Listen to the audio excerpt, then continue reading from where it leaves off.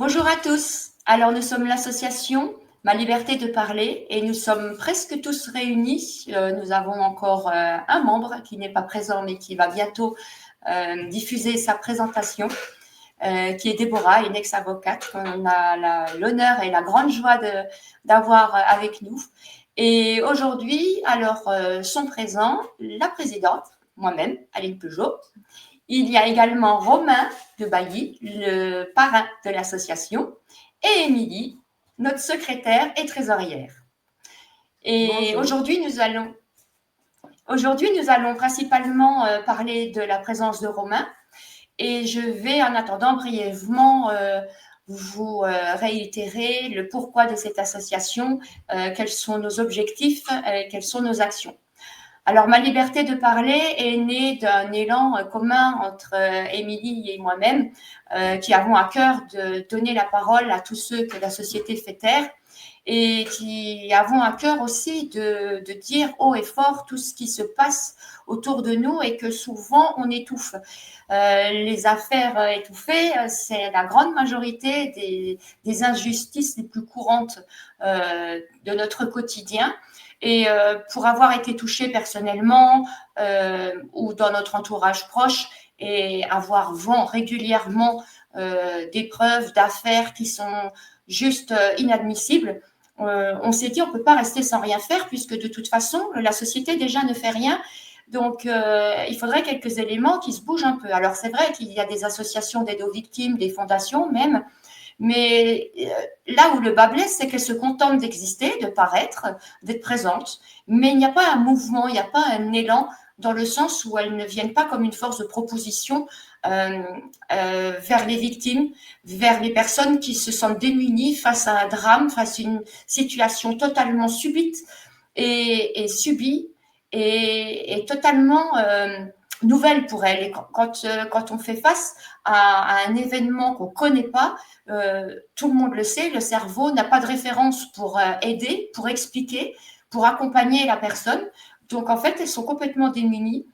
Et heureusement, il y a des personnes qui sont là dans la reconstruction psychologique. Ce sont des professionnels qui ont un bon bagage, mais elles ne savent pas où les trouver.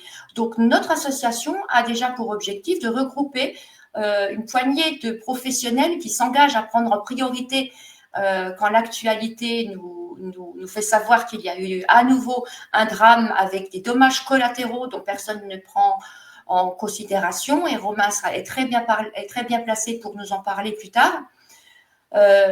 Nous sommes là à l'affût avec des personnes qui nous aident à repérer les actualités. On n'en parle pas forcément dans les médias, mais dans les réseaux sociaux, c'est une grande vitrine sur tout ce qui se passe et c'est là où que les gens osent raconter leurs épreuves, leur parcours, leur histoire de vie, ce qu'ils sont en train de traverser. Et donc, on repère ces personnes-là et on va vers elles et on leur propose et on leur demande de quoi avez-vous besoin d'un accompagnement psychologique, est-ce que vous avez besoin de conseils juridiques, voilà. Et on l'a fait pour les proches, l'entourage proche familial du dernier drame en date qui a été médiatisé, c'est celui du meurtre d'Inès. Et la sœur d'Inès que j'ai contactée a été très comment on va dire, très, pas dire contente dans ces moments-là, mais a été très touchée et très sensible aux gestes de voir que quelqu'un venait, s'intéressait, était au courant. Alors bien sûr, beaucoup regardent la télévision et sont au courant, mais qui va vraiment se manifester, qui va vraiment tendre la main? Donc voilà, ça fait partie des objectifs que nous avons. Et donc, j'avais dit au début, c'est un élan, et Émilie et moi, et comme par hasard, Romain avait aussi cet élan au fond de lui. Romain avait besoin de donner un sens au départ prématuré de sa maman, et c'est en repérant ce qu'Émilie et moi avons mis en place en termes d'action, de visibilité, de communication, d'action, qu'il a repéré notre élan, notre engagement et qui s'est manifesté vers nous. Et si nous avions un doute, Émilie et moi, sur le bien fondé, sur les ouvertures qu'une telle association pouvait avoir, puisque nous sommes habitués à nous heurter contre des murs. C'est un petit peu la bataille du pot de fer contre le pot de terre. Romain nous a convaincus par sa démarche et sa demande et son besoin d'aller jusqu'au bout. Et nous irons jusqu'au bout. Je crois qu'il n'y a pas grand-chose à rajouter. Voilà. Si ce n'est que l'association, on veut aussi sensibiliser beaucoup aussi la société, parce que la société n'est pas forcément non plus au courant de ses droits et puis de comment se défendre aussi face aux injustices. Parce que les injustices, elles peuvent être aussi bien sociales qu'institutionnelles. Enfin, il y en a partout. Et une injustice, c'est une violence. Voilà, quoi qu'il en soit. Donc, on est là aussi pour sensibiliser. Donc, on espère pouvoir très prochainement faire le tour de la France avec des conférences aussi. Et on sera ravis de vous y retrouver. C'est ça. Parce que la justice est une violence et à partir du moment où les droits sont bafoués, c'est carrément l'intégrité humaine qui est atteinte et c'est juste inadmissible parce que personne ne doit être un laissé pour compte, personne ne doit être ignoré et c'est pour ça que Romain en parle très bien, l'incarne à la perfection malheureusement de par son vécu avec le départ de sa maman et je vais lui laisser la parole pour qu'il nous fasse part de comment que ça fait profondément de se retrouver démuni et de voir qu'autour de soi, en fait, tout le monde s'en fout, que personne ne réagit. Bonjour à tous. Alors, je m'appelle Romain Debailly-Novac, j'ai 25 ans. Je suis le fils de Nathalie Debailly, donc qui est décédée maintenant, qui a été assassinée par son ex-conjoint en 2019, en mai. Donc, après l'assassinat, on a été convoqué au bureau de police et on nous a proposé gentiment un psychologue sans même nous annoncer ce qui se passait, ce que j'ai refusé sur un premier temps. Et ensuite, on nous a annoncé que notre maman était décédée et on nous a gentiment dit qu'on pouvait rentrer chez nous, qu'on n'avait pas besoin de protection, alors que le meurtrier et ses complices n'étaient toujours pas retrouvés. Donc, et ma mère avait porté plainte qui s'était transformée en main courante et une plainte qui a été prise mais qui n'a jamais été transférée au procureur. Donc, beaucoup d'injustice. On s'est retrouvé dans une situation où on était seul avec nous-mêmes. Encore, j'ai de la chance parce que j'ai une famille qui m'a soutenu, mais tout le monde n'a pas cette chance-là. Et c'est aussi pour ça que l'association est là, pour aider ces personnes qui sont laissées, qui sont abandonnées à eux-mêmes, à leur donner des ouvertures et pouvoir avancer. Et Romain, tu peux nous dire quels sont les dangers de laisser des victimes livrées à elles-mêmes? Jusqu'où elles peuvent aller dans leur errance et dans leur perdition? Alors, c'est allé très loin. Moi, j'ai mis 2 ans avant de me faire soigner parce que j'ai rencontré une personne qui m'a aidé, ce que je n'avais pas eu vraiment avant. Mais ça a été des consommations de drogue dure, d'alcool, des dépenses excessives, des mises en danger, une situation où pendant 2 ans, je ne contrôlais plus ma vie, où je vivais par automatisme, mais ce n'était pas une vie. Donc on peut faire le lien et présumer qu'une victime, quand elle n'est pas soutenue, peut aller jusqu'à une démarche suicidaire en fait, parce qu'elle perd en perdant, elle perd le goût de la vie puisqu'elle n'est pas entendue, pas considérée, et c'est tellement logique. C'est ça, c'est le fait de ne pas être considéré. Le fait, moi je me souviens quand on nous a dit vous pouvez rentrer chez vous, mais on s'est dit mais comment c'est possible? Ma mère vient d'être assassinée, on ne veut pas nous protéger. On n'a déjà pas protégé ma mère et nous on ne veut pas non plus nous protéger. Et donc oui, la vie perd tout son sens. On se dit en fait c'est une vie qui ne vaut pas le coup parce que on n'a aucune chance. Et qu'est-ce qu'on se fait comme idée de la société, Romain, parce que je crois que tu avais 19 ans quand ça s'est Mm. passé. Quelle idée on se fait de la société? Est-ce qu'on peut envisager un avenir ou est-ce qu'on développe une haine et un rejet de tout? Bah alors pour ma part, moi, ça a été un rejet. Je travaille toujours pas. J'ai beaucoup de mal à reprendre le travail, à reprendre confiance en la société, en, en des directives ou juste au rôle que je peux apporter dans la société, parce que je me sens pas concerné en fait. Et ça se comprend. Donc, on peut dire que le laxisme de la société et de tous ces organismes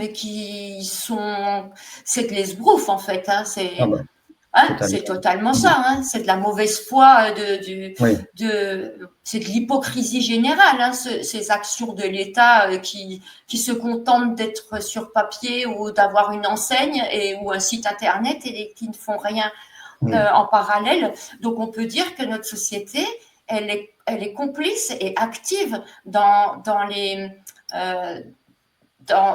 personnes dans les futures victimes de demain, parce que tu es victime, Romain. oui. Doublement. De par l'affaire de ta maman et de par la non-considération de ce qui s'en est suivi.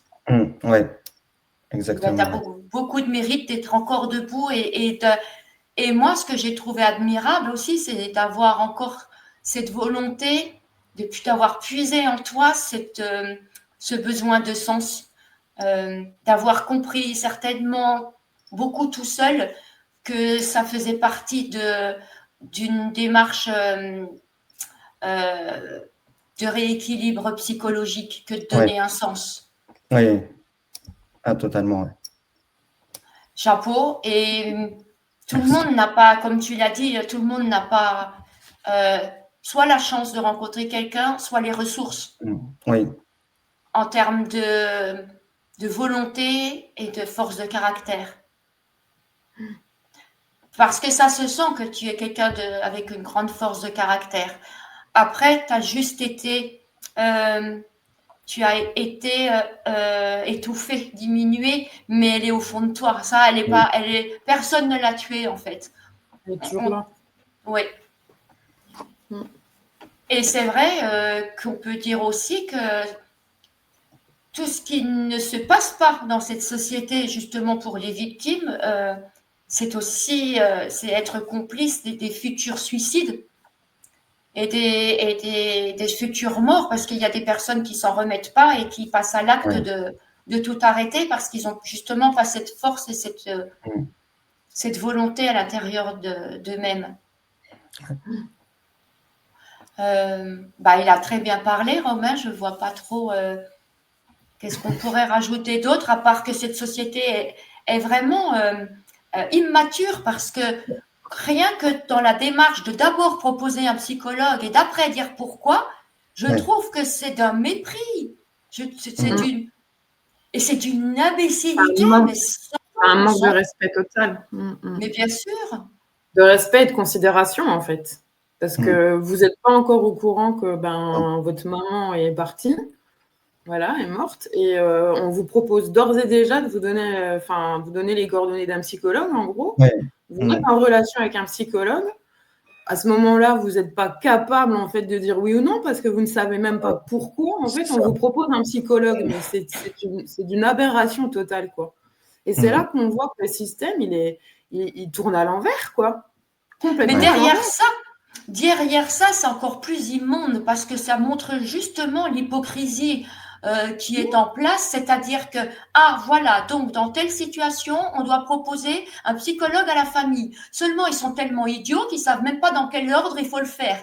Elle a complètement oublié la personne qu'il faut d'abord prévenir de ce qui s'est passé et ensuite proposer le psychologue. Mais ils sont tellement dans leurs petits papiers, donc dans des tiroirs. Telle situation nécessite telle intervention, qui font tout à l'envers. Donc lui, il y a eu un meurtre, donc on lui propose un psychologue. Ça, c'est fait. Bon, maintenant, on va peut-être lui dire pourquoi.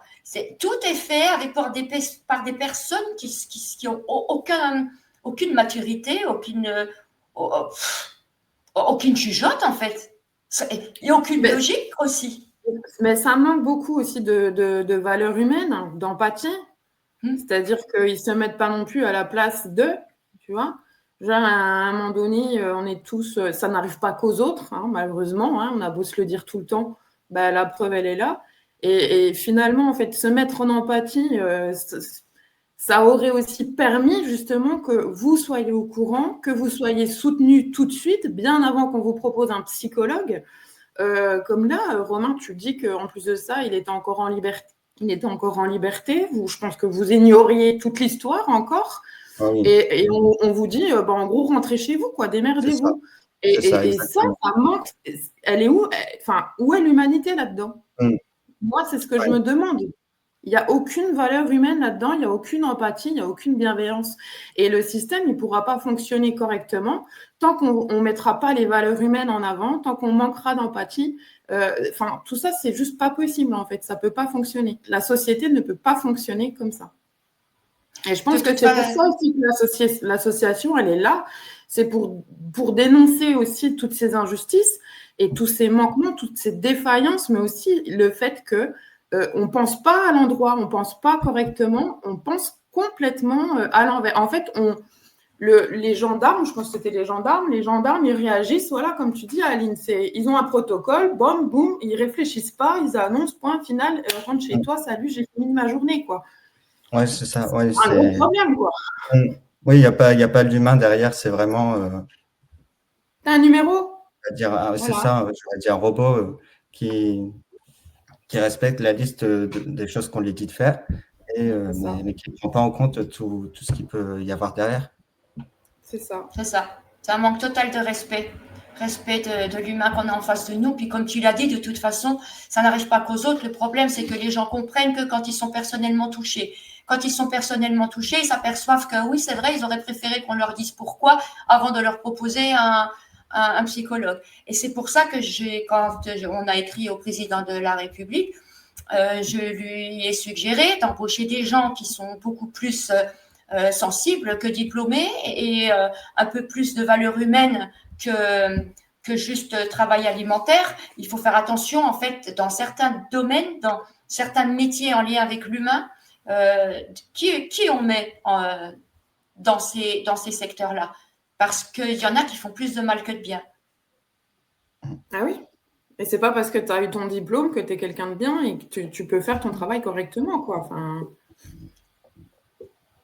un diplôme ne veut pas dire que tu es humain, que tu as plus d'empathie, plus de compréhension, quoi. Enfin, non. C'est le problème. Oui. Et je lui ai aussi suggéré de faire en sorte qu'on fasse plus l'amalgame de mouvements féministes extrêmes qui font beaucoup plus de tort que de bien à la parole des victimes. Et notamment dans l'affaire de Nathalie, la maman de Romain, je suis sûre que tous ces mouvements qui hurlent le loup, toutes ces femmes qui abusent à outrance de pseudo-attouchements, de pseudo... parce qu'il y en a malheureusement juste pour se faire remarquer ou juste parce qu'elles n'assument pas leur propre responsabilité. Ça porte tort aux véritables victimes et un amalgame est fait. Et du coup, ça devient culturel qu'il est normal qu'il arrive quelque chose à une femme. Et Déborah, l'avocate qui est avec nous, elle est très consciente de ce qui se passe là et elle connaît par cœur les réponses qui sont données de la part des forces de l'ordre ou d'autres corps de métier qui interviennent dans ces situations. Et ces réponses, quand quelqu'un vient pour alerter, c'est du style, elle vous en a parlé, Émilie, c'est du style « Oh mais non, ça ira pas jusque-là » ou alors « Non, prenez sur vous, ça va passer ». Eh oui, mais quelquefois ça passe par des coups de couteau, voilà. Et il n'y a plus de victimes, donc oui, effectivement, c'est passé. La personne qui vient te rapporter qu'il y a un problème, elle n'est plus là. Donc effectivement, la situation est passée, mais pas forcément dans le bon sens. Donc oui, il y a un amalgame qui est fait et puis ça serait bien qu'on censure des mouvements qui font plus de mal que de bien, qu'on arrête de les laisser sur les réseaux s'exposer avec des balances ton porc de n'importe quoi. Et qu'après, il y a des mamans comme Nathalie qui ont véritablement des problèmes et qu'on n'écoute pas, qu'on fait l'amalgame avec le reste. C'est ça. C'est exactement le même problème que la femme qui veut, qui désire être l'égale de l'homme, qui désire avoir les mêmes droits, les mêmes considérations, mais à côté d'elle, il y a une bimbo, une pétasse qui joue de ses attributs sexuels. Et puis, voilà, donc il y en a une qui va s'en plaindre, qu'on la voit que comme un objet, et l'autre qui va revendiquer l'être. Donc, tant qu'il y aura ces contradictions-là, il n'y aura pas de choses construites et stables, il n'y aura pas de base solide qui tienne debout. Et c'est exactement la même chose avec les violences familiales, conjugales, les injustices, quelles qu'elles soient. Tout. De toute façon, les extrêmes n'ont jamais aidé la société. Non, c'est l'équilibre. Romain, il en sait quelque chose puisqu'il est dans cette quête d'équilibre. Et je suppose que tu te sens comme sur un fil du rasoir depuis des jours et des jours entre tomber, basculer vers le noir, ou alors, remonter, reconstruire et voilà. Mais on connaît tellement. Et si les médias aussi pouvaient cesser d'avoir des préjugés et des a priori, et certaines administrations aussi, comme les écoles, le ministère de l'Éducation nationale, tous ces domaines où on pourrait intervenir, mais qui ne s'appuient que sur des gens diplômés, plutôt que sur des gens qui ont véritablement vécu la situation, on avancerait un petit peu plus, les discours seraient plus constructifs et cohérents. Et Romain, maintenant, il est super bien placé pour parler de ce qui se passe, il l'a vécu. Et il a vécu même la reconstruction, il a vécu les doutes, il a vécu le drame, il a tout vécu. Et ça, c'est une voix qui est hyper intéressante à entendre. C'est pas un bac plus 15 qui a fait sociaux ou psycho. Là, ça n'a aucun impact. Il n'y a pas de vibration. Romain, il a une vibration. Il porte, rien qu'à le voir, on a une idée de l'envergure de tout ce qu'il a traversé. Un professeur d'université, il nous ennuie, il nous endort. Romain, on a envie d'écouter, il est captivant parce qu'il est justement dans une histoire humaine, vécue. Humaine, réelle, voilà, etc. Voilà. Et ça, c'est efficace. Et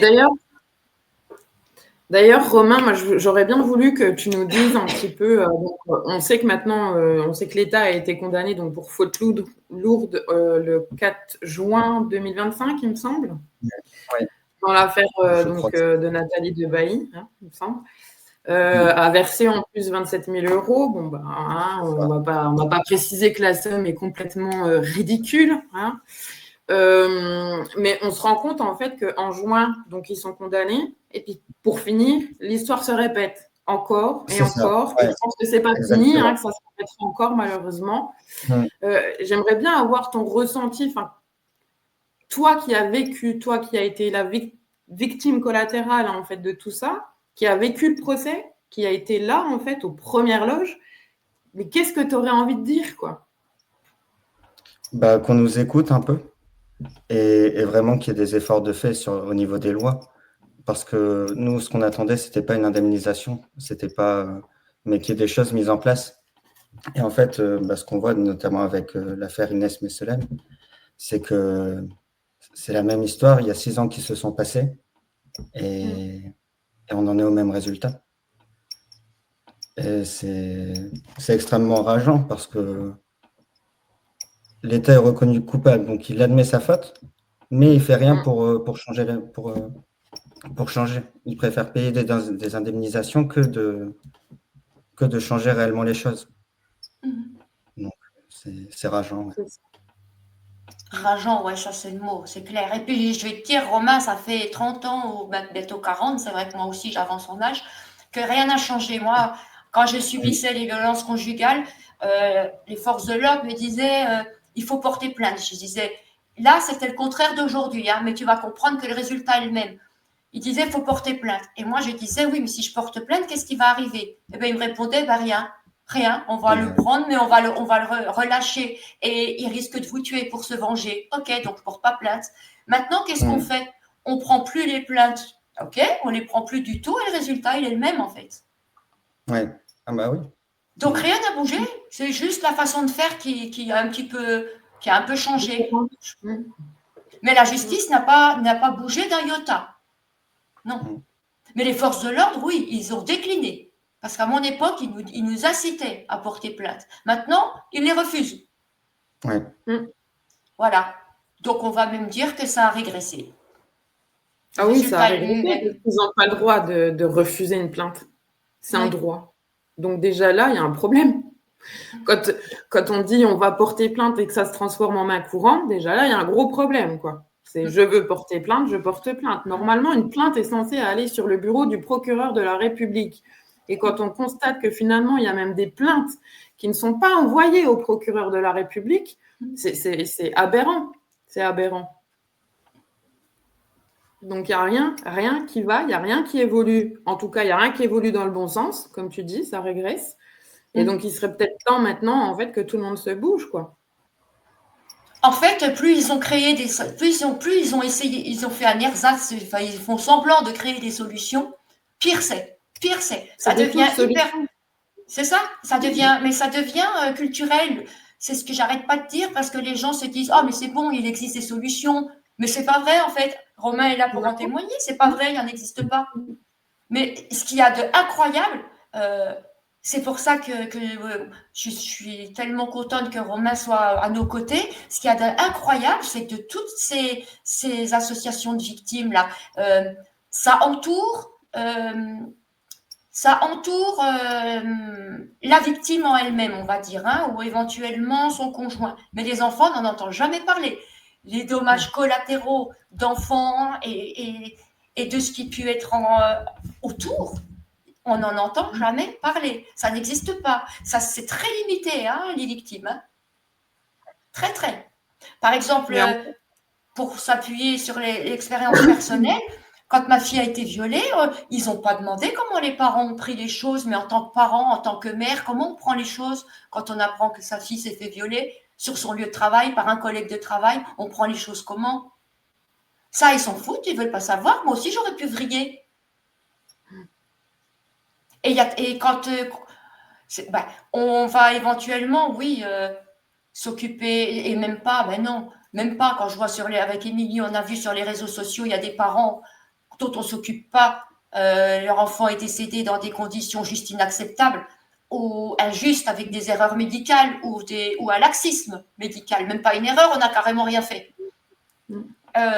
Ça, on les voit sur les réseaux. Non, on s'en occupe même pas d'eux. Même pas. Voilà. Il n'y a aucun accompagnement. Mais ça m'horripile. Hein. Ça me met en colère. Hein. Mais Romain, comment dire? J'imagine. Mais j'arrive pas à me mettre à sa place.